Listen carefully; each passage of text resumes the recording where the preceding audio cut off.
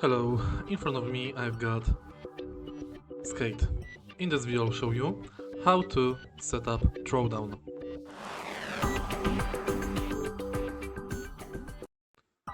In the beginning, let's enter Toolbox.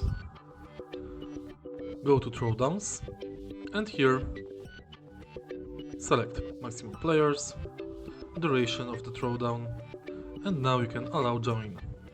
Confirm and place the throwdown.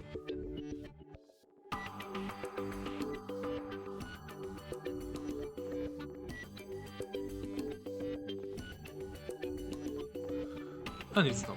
Now we have to wait for players to join to beat them in the trick content. If you found this video helpful, please leave like, comment and subscribe.